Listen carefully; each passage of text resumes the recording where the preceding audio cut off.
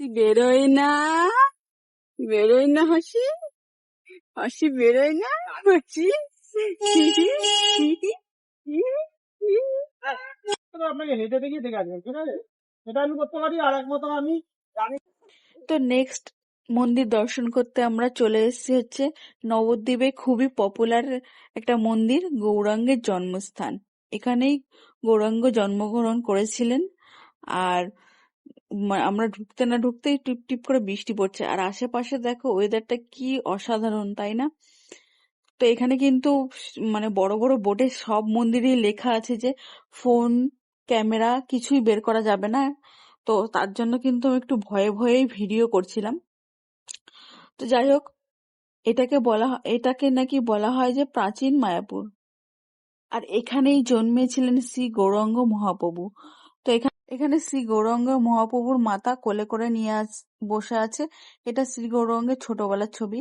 তারপরে চলে গেলাম হচ্ছে আমরা আশেপাশে মন্দির দর্শন করতে। আর এখানে কিন্তু এই নিম গাছের নিচে এই মন্দিরটা।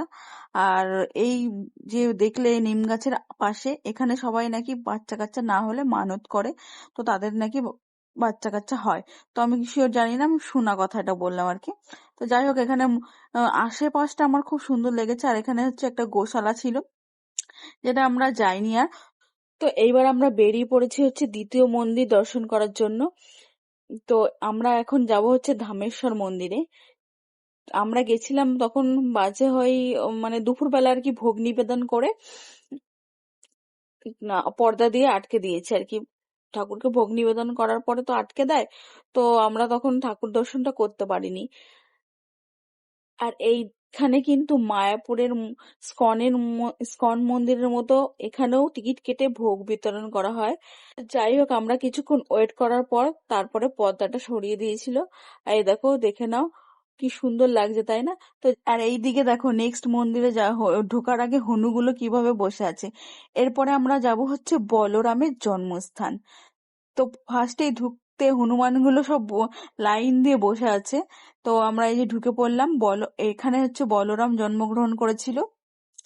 আর আমাদের আসতে একটু লেট হয়ে গেছিল। আর এইদিকে এসে দেখছি তাতান বাবু এসে বসে আছে অলরেডি।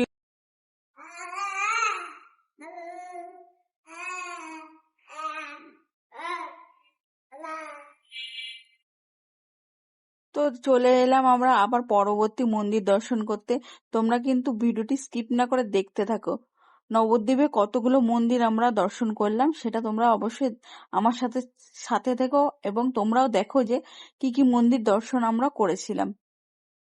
তো এখানে নেক্সট মন্দির চলে আসলাম। এই মন্দিরটার নাম কিন্তু আমি বলতে পারবো না।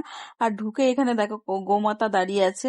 তো প্রথমে আমরা গোমাতার দর্শন করে নিলাম, এরপরে চলে এলাম মন্দির দর্শন করতে। তো তারপরে সব ছোটখাটো মন্দিরগুলো দর্শন করা কমপ্লিট করে এরপরে আমরা যাব হচ্ছে শ্রী চৈতন্যের জন্মস্থান, যেখানে পৃথিবীর সব থেকে বড় চৈতন্য 60 ফুটের চৈতন্য করা হয়েছে। আর ওইখানটা এত অসাধারণ, নবদ্বীপের মধ্যে আমার ওটা বেস্ট লেগেছে। তোমরা নেক্সট ভিডিওতে ওটা দেখতে পাবে, অবশ্যই ভিডিওটি